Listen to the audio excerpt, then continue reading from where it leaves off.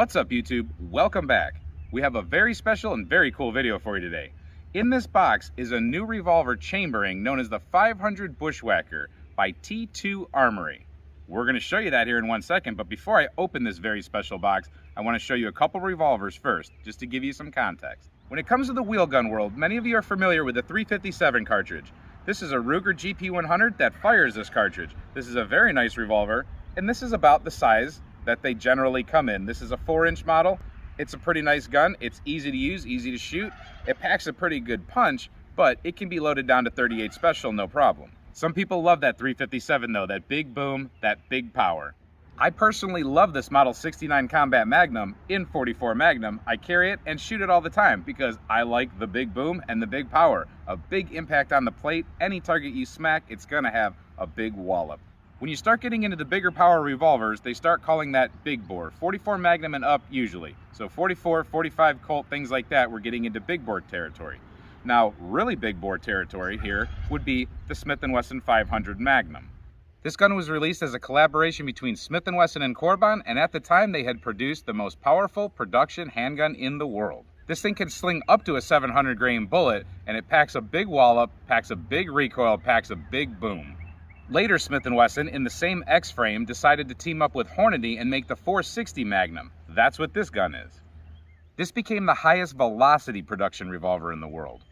Now, with these two guys right here, James and Keith Toe from T2 Armory, what they've done is absolutely incredible. Here's a standard Smith & Wesson 500 Magnum loaded with an FTX projectile. Pretty intense looking cartridge. In the palm of my hand, that thing's a beast. Now, stretch this thing out a little bit, give it a whole bunch more gas, and here you go, the 500 Bushwhacker.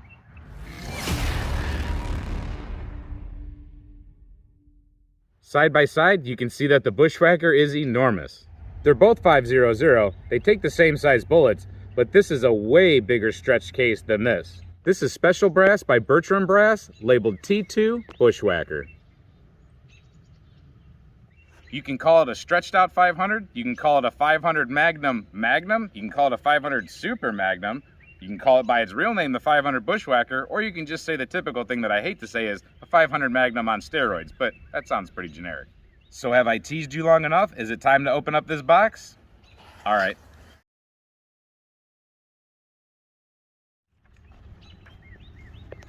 This is a beautiful Magnum Research BFR 7.5-inch revolver. It's equipped with this really awesome looking TI Heavy Pro brake, but it's not only awesome looking, it's extremely functional. It's actually extremely necessary. As you can see, the chambering is 500 Bushwhacker. And this is one awesome firearm. Now, the Magnum Research BFRs are nothing new. The BFR, known as Big Frame Revolver, Biggest Finest Revolver, Big Freakin' Revolver, whatever you want to call it, they're chambered in all kinds of things. But the 500 Magnum specifically is what this thing used to be. T2 Armory got a hold of this thing, did their magic, and boom, we have a 500 Bushwhacker. So what happened was this realization at T2 Armory, their brilliant minds, they realized all this extra case capacity inside the 500 Magnum chambering of the BFR. So you saw me put that case in there, and yes, there's writing all over this because it's one of my hand loads, but look, when it's fully inserted, there's still all this extra room up front here. And that's why it's the BFR and not the Smith & Wesson 500 Magnum with the obviously shorter cylinder that's utilized for this Bushwhacker cartridge. If you notice, the Bushwhacker cartridge fills up that cylinder pretty good. It's utilizing what was already available. If you tried to put this in the Smith & Wesson 500 Magnum, it's a no-go. It stops. So what the process is they ream these cylinders out to accept this cartridge deeper than the typical 500 Magnum cartridge. And it's not only the 500 Magnum BFRs that they can do this with, but we'll get back to that soon. Now, the increase in power is drastic over the 500 Magnum. From what I understand, this is double the power, at least in some loadings, as your typical 500 Magnum cartridge. With that power comes a necessity, and that's this muzzle brake. Now, this is a TI Heavy Pro muzzle brake. That's not to be confused with T2 Armory. This is made by a separate company. It's made by a company called Salmon River Precision, and they have all kinds of cool stuff, not just brakes.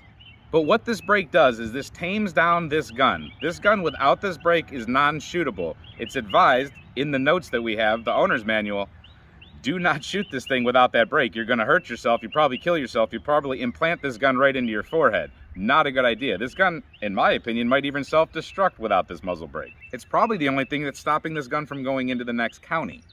So the way this works is you send your BFR into T2 Armory, they remount the cylinders, they install this new muzzle brake, they reset the front sight, and I believe now they're resetting the back sights. This has an upgraded back sight. The one that normally comes on the BFR isn't taking the punishment of this cartridge so well, so they're upgrading it as far as I understand. Some examples of BFR chamberings that can be converted to 500 Bushwhacker would be the 450 Bushmaster, I believe the 3030. Now the ones that they can't do are the short cylinders. First of all, it has to be a 5-shot cylinder, no 6 shots, and no short cylinders. So some of these come in a 500 loading, but it's like 500 JRH, 500 Wyoming, things like that. And if it's a short cylinder, it's a no-go. Now if it is a chambering other than .500 500, they're gonna have to change the barrel sleeve out. That'll cost additional. Altogether, from what I understand, you have your BFR that you've already purchased. The price of shipping, converting the typical 500 Magnum BFR is going to be around $850, $900, I think. If you have to do an upgraded barrel sleeve because of a different caliber conversion, then you're looking at about another $250. So for around $1,000, if you already have the gun, you can have yourself a 500 Bushwhacker. And trust me, once you own a 500 Bushwhacker, you now own the most powerful handgun in the world, the most powerful revolver chambering in the world. This has been argued many times already on T2's YouTube comment section, but trust me, it doesn't matter what handgun you've seen. This is more powerful than the 50 BMG, anything you can imagine, the nitros, all that stuff. It doesn't matter what you put in a handgun. This gun uses it more efficiently. The 500 Bushwhacker actually uses the powder and it uses the bullet efficiently. So you actually get the intended power out of the handgun. You can chamber a 50 BMG in a handgun, but it's never gonna burn properly. It's never gonna get the muzzle velocity it's supposed to. It's not gonna have the foot-pounds of energy. This is the most powerful handgun in the world now in this chambering. From what I understand, this handgun chambering right here, 500 Bushwhacker, beats a 45-70 out of a rifle. That's the kind of power we're talking about. So some people are just gonna have to argue this, but trust me, this thing is the most powerful handgun in the world right now. And in some loadings, it is the highest velocity revolver in the world. So it has beat the 500 Magnum and the 460 Magnum. Boom, smacked them right out of the game. It totally whooped the pants off of them. And the cool thing is that after you convert it, it can still shoot the 500 Smith & Wesson Magnum and other cartridges just fine. All those 500 cartridges, including 500 Special. This thing will tame down a normal 500 Magnum now a lot better than this 500 Smith & Wesson, and we're going to show that on camera. We're going to shoot a plethora of ammo through this thing. We have the specific 500 Bushwhacker ammo, 5 different varieties. We have a bunch of 500 Magnum loaded up, 4 different varieties. And I've got 2 varieties of 500 Special, real 500 Special, with the 500 Special head stamp. Now I want to touch on ammunition really quick because a lot of people are going to wonder what's the cost to actually shoot something like this. They're going to assume that it's really expensive. And it is kind of expensive, but not if you're already into the 500 Magnum world as it is. As we stand right now at my local shop, for 20 rounds of 500 Magnum, I'm going to pay $85. That's just about for any loading of 500 Magnum if it's a 20 round box. For 20 rounds of Bushwhacker ammo, I paid $100. So $15 more for all of this. I'd say that's a great deal.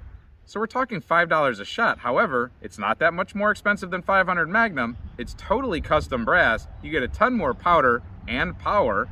And here's the kicker, you can send this brass back to T2 Armory, and as long as it's in good working condition, you've kept it clean and good reloadable condition, they're gonna give you $2 back off of every round that you send to them. It's a really great ammo trade-in program. So you send back usable brass, they reload it for you, and it takes $2 off of every round. So now it's $3 a round. Now it's cheaper to shoot than 500 Magnum. Now at the end of the video, after the little turkey closeout that we usually have, I'm gonna go ahead and read this instruction sheet that comes with this firearm because it has very important, pertinent information that you really should hear if you're interested in this firearm at all. It's a good read. So before we head out on the range, I just wanted to give you a quick size comparison of a 357, a 500 Magnum, and a 500 Bushwhacker.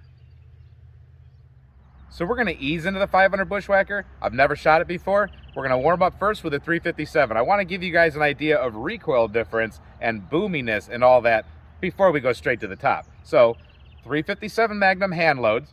We're gonna shoot that steel target. We're about 30 feet off of it, 6 rounds. Let's see how it goes.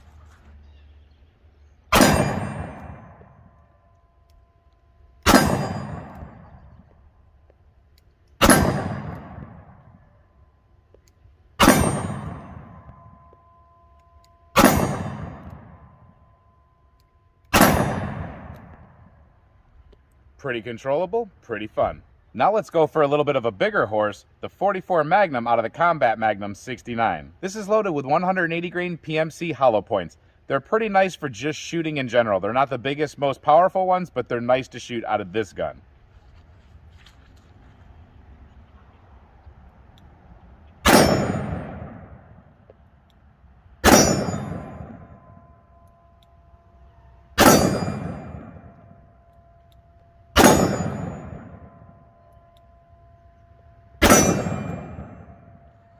Very nice, but definitely more boom. All right, now let's go to the 500 Magnum. A lot of people have shot this gun, not this particular gun, but they know it, and they know the recoil. They've seen the boom, at least on YouTube, usually. We're gonna do 4 different loadings here to just show you the different types of loadings you can have. We have a 300 grain FTX that's loaded pretty hot. After that, we're going to do a 400 grain platinum tip that's loaded relatively hot. That's what a platinum tip looks like. We're going to do a 350 grain XTP mag, loaded relatively stout. And then we're going to do a 275 grain Barnes XPB solid copper. That's the order. Let's shoot.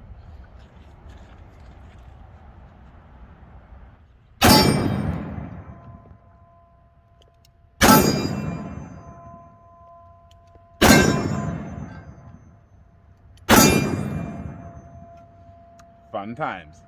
So that was fun, but now we're going to take it up to the ultimate top. I've never shot a gun like this before. My hand is shaking in anticipation. Let me show you what we got. So starting right here, and I'm going to read off the list here I got. This is a 310 grain wide flat nose bullet. It's a lead cast bullet, but it's got the polymer coating on it, or the high-tech coating, something like that, to keep it lubricated. And it's got a very heavy crimp on there. Next is the 400 grain dangerous game round. This is a solid copper, flat nose. And you'll notice the double crimp on that one. Here we have a 410 grain lead bullet. Again, a double crimp, and that's to keep this bullet from jamming itself back under recoil. We're moving up to a 520 grain projectile now. Same thing, wide, flat nose, gas check bullet, double crimp. We're getting bigger, it feels heavier. And now the largest offering that they have right now, a 620 grain flat nose, wide nose, gas check, heavy hitting, smashing, crushing, big old boy. So we'll catch these things on chronograph later, but basically what we have here is we have the lighter lead loads that can be used for practice, but they can be comparable to the lighter copper loads. So dangerous game load, you know, copper, good for hunting. Practice, lead, good for hitting plates, maybe, if you're not going to destroy your plates. But you don't always have to shoot the copper, but they're pretty comparable. Then you get into the heavy stuff, which is going to be just different. It's going to be heavier recoil, maybe some people might say unnecessary recoil, slower velocities. What they're learning, and this is something I have to point out right before we shoot, is that this muzzle brake here engages better with higher velocity, lighter ammunition, and that might be something we see. It's something for you to keep an eye on. From what I've learned, supposedly, the heavier the bullet, like these lead ones, the more recoil that's induced. The lighter, faster bullets engage this brake with gases faster, and the brake works more efficiently, keeping the muzzle rise down, making it more comfortable to shoot. Another thing to point out is they recommend using an impact absorption glove of some sort, because this is a beast and we're not trying to hurt ourselves unnecessarily.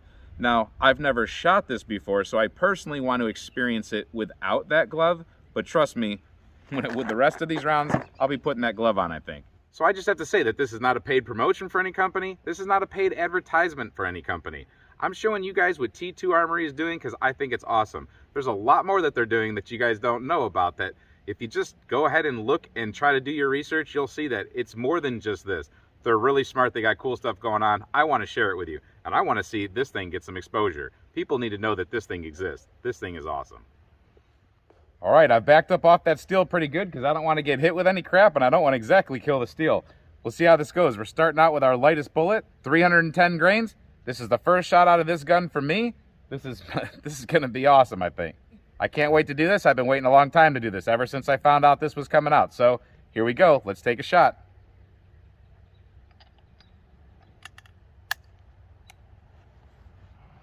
I'm shaking like a leaf.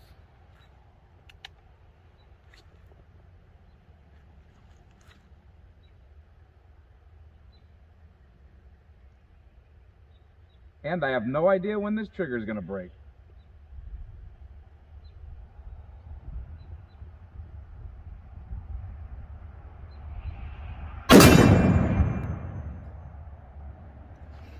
That was absolutely awesome. Not anywhere near as bad as I thought it was going to be. I was ready for this thing to absolutely just fly over my head, knock camera guy to the ground, and we were both headed to the hospital, but not that bad.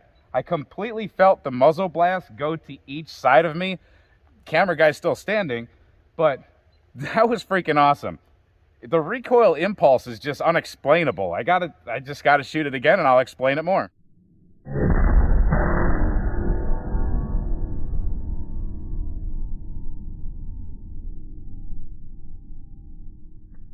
I can't believe that I forgot to paint the target, but here's where we hit the target, and I can pretty much put my thumb in this little divot that it created.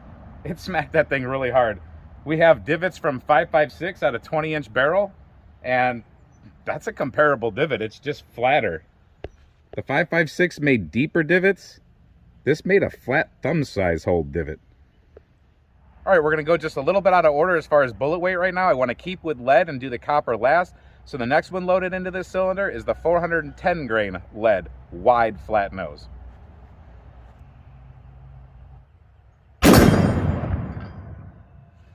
That was significantly more already. You feel it in your face and it is more of a snap. Great hit though. That was a tracheotomy on that target. Let's go take a look and see if that actually impacted it any harder.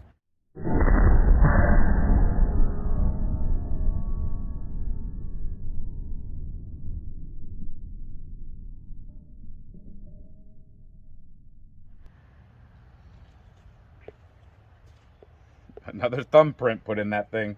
It's like those thumbprint cookies. Let's go to the next one. So still very controllable in the realm of 500. The brake does do something. It's not for the faint of heart. It's not for people who aren't used to big bore, but if you're used to 500 Magnum, you should be able to handle this pretty well. I'm gonna go through a small tutorial on how to hold and shoot a revolver like this, but trust me, if you wanna see how to really shoot this revolver, you wanna look at the YouTube page from T2 Armory. Keith and James, they shoot this thing like absolute pros. I mean, obviously, they invented it, but trust me, they know what they're doing. Keith is a monster with this thing. He shoots super accurate, and he knows just how to hold this thing. There's a special art. James has a different technique, but very proficient. If you guys watch them shoot these things, you'll learn a lot about shooting revolvers in general when it comes to the big stuff. We're really gonna be increasing the recoil, I think, now. We're getting into a 520 grain bullet. Now, these grips are not the best for this type of shooting. These are an improvement over what's typically on a BFR as far as like the ivory, the slick side grips with the exposed metal. I'm used to rubbery grips on, you know, like the 500 Magnum, my GP100. This right here, we have rubber grips on this Model 69. I like them a lot, so I can deal with this, but there are improvements coming down the road. Now on revolvers in general, but definitely on heavy recoiling revolvers, we want to get really high up here on the grip. We want to wrap our hand around and we want to give it a good grip. We don't want to be low, we want to be nice and high. We want to have as high as we can and still have clearance for this hammer. We want to take our other hand and we want to reach around. We don't want to try to grab frames and this and that, in my opinion. You're going to cut your fingers. Wrap around here like this and actually squeeze and pull this knuckle down here with this knuckle. And then when you want to hammer back, you can hammer back and get right back to pulling. You want to keep a good grip, a good grip. You want to hold on to this gun. This gun is going to recoil, so if you try to hold it as tight as you can and just as rigid and stiff arm as possible, this gun's going to hurt you. It's going to pretty much feel like a detonation going through your arms. You have to somewhat break your elbows just a little bit, just enough, so that the gun actually recoils. Otherwise, you're going to have a ton of energy going back straight through and snapping on your wrist right here. It's going to hurt like heck. It's still going to possibly hurt, but you can mitigate that by letting it do what it's supposed to do. Single action gun, you don't have to worry about this thing pulling a double action trigger and shooting yourself. That's one good safety thing about a BFR. If it does recoil too heavy and you can't get your finger off the trigger in time, you're not going to shoot yourself in the face. So with that increased recoil, let's see how I handle it. Now for reference, I'm only about 5'8", so I'm not that big of a person. I got a thicker frame on me and I'm, you know, stout, but I'm not that tall.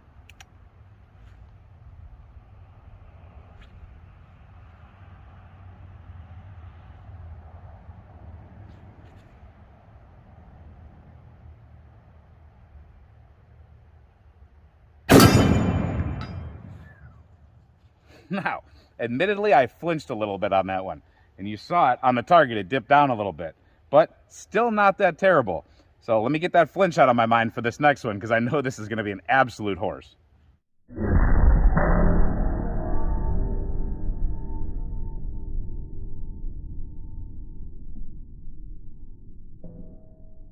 Same kind of nice little dent on the target, and it rocks it hard. And another point that I have to make, I have to keep inserting little tips about this gun, just so you know what you're getting into if you want one of these. You're not supposed to run these things super fast and hard. You want to let this thing get back to ambient temperatures when you're shooting off a cylinder before you load the next cylinder and shoot it. You just don't want to beat up the internals of the forcing cone and barrel situation too much unnecessarily. This isn't like a take to the range and mag dump gun anyway, so I don't think anybody's going to have a real problem with that. All right, the heaviest bullet that they offer right now is 620 grain total beast. I'm going to try my hardest to concentrate. It might take me a minute to take this shot, but I'm going to try to get it in the center of that target and see how the recoil treats me.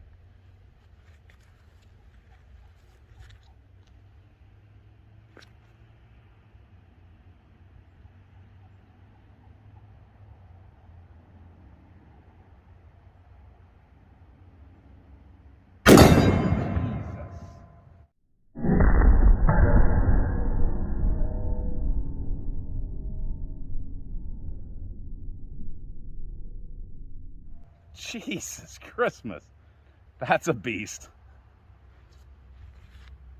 Let's take a look. Where'd you hit? Like right there? I don't know which one's which. I think it might be this one. I don't even know which one it is, but holy Christ. Now, if you guys want to go to the top, that is some recoil right there. That is taking it to the top of the recoil game. That is talk about laugh at people shooting this at the range, but I'll tell you what, to be very honest with you, this is not a toy. This is not for people that aren't experienced with heavy revolvers or heavy shooting revolvers. This thing will jump out of the average person's hand. If you just hand this to your girlfriend in a bikini and stand back and try to make a TikTok video, something bad's gonna happen. But I'm talking adrenaline. Yes, you feel it through your hand, but this is awesome. Now, the guys at T2 get to play with this stuff all the time. This is new for me, so I'm like a kid at Cedar Point right now. And for those of you not near Ohio, Cedar Point's just an amusement park. So the last one was this monster, and now we're going for the copper monster. Now this one's gonna be more like the first one we shot. It's gonna be a lighter weight, faster recoil. It's gonna engage this muzzle brake differently. I'm gonna consider this gonna be probably pretty pleasant to shoot for this type of platform. We're gonna see what solid copper does to that plate, but this is gonna be interesting. This is the kind of round that you're gonna shoot at dangerous game or any other animal that you might be hunting.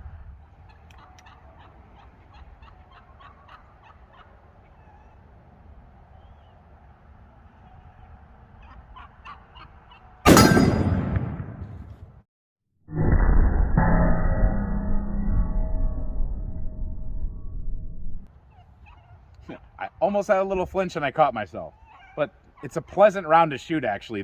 Those lighter ones, I don't consider that bad at all. It's not, like, compared to the Smith & Wesson 500 Magnum, that is absolutely less than shooting a lipstick round, the 700 grain Underwoods. Turkey.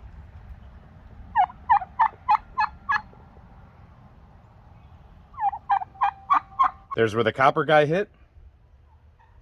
And I'd say it's comparable, if not just a hair deeper than the lead. So let's get these fired cases out of here. Don't mind the turkey that might be walking around in the back. She's investigating what we've been doing. But as we pop these cases out, there's a little bit of gas blowback here.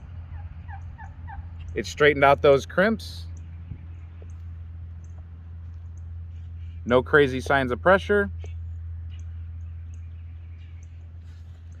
So you one by one eject these out with the ejector rod.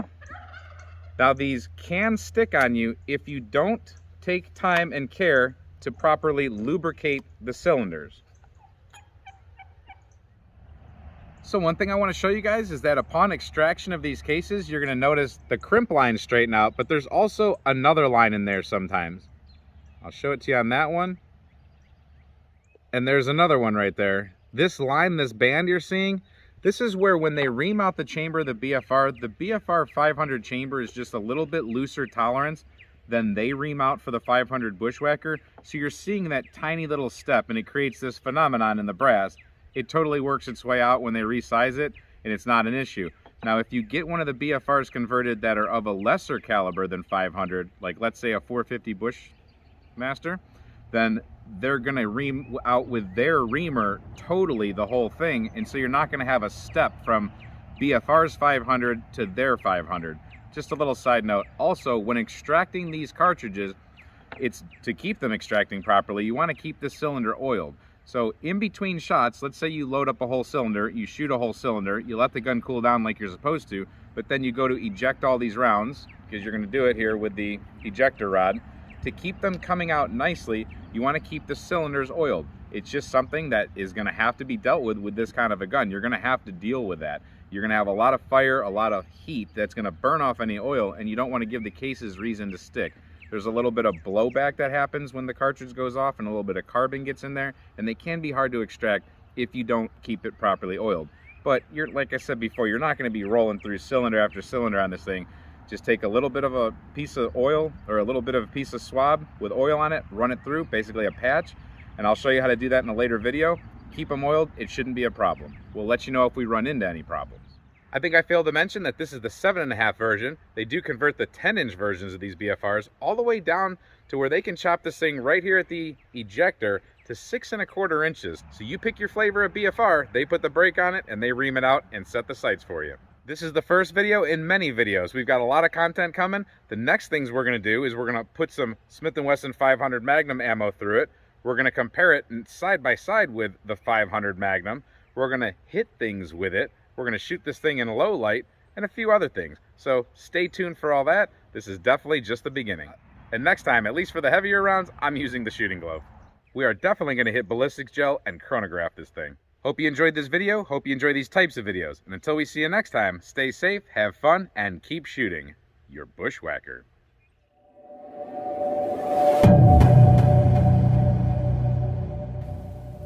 Now, here's that paper thing I wanted to read to you. I hope you still stayed tuned. So this is going to get boring, but I'm just going to read some important paragraphs off this paper. So, do not remove the muzzle brake on your 500 Bushwhacker and fire the firearm in that condition. Its presence is necessary for your safety. Death or serious injury will result from its removal.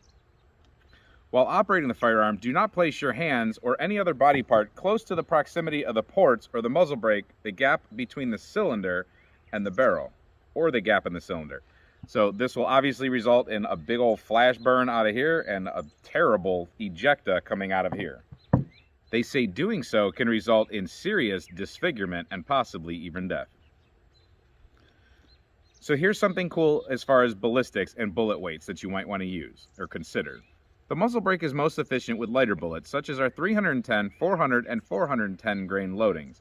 Our heavier 520 and 620 grain loadings generate considerably more felt recoil, this is true, and should not be fired by inexperienced shooters. We feel that our 310 and 410 grain bangle loads are the best choice for practice and recreational use, and our 400 grain copper is superior for use on heavy game. So like I mentioned before, a shooting glove, as with other big bore revolvers, we find the use of a padded shooting glove to be helpful in mitigating felt recoil.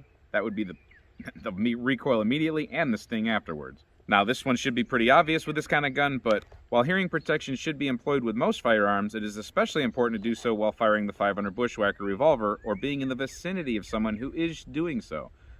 With 500 Bushwhacker revolvers, it is recommended that both the shooter and bystanders use earplugs in conjunction with protective earmuffs to guard against hearing loss. I can say that this is a great idea. The use of eye protection is also advisable, especially for bystanders, given the volume of ejecta, stuff flying out of here, redirected by the muzzle brake with each firing. There's some stuff about mounting a scope base, and then in this box, the BFRs can be mounted with a scope base. It talks about what I said earlier about replacing the rear sight with a sturdier model.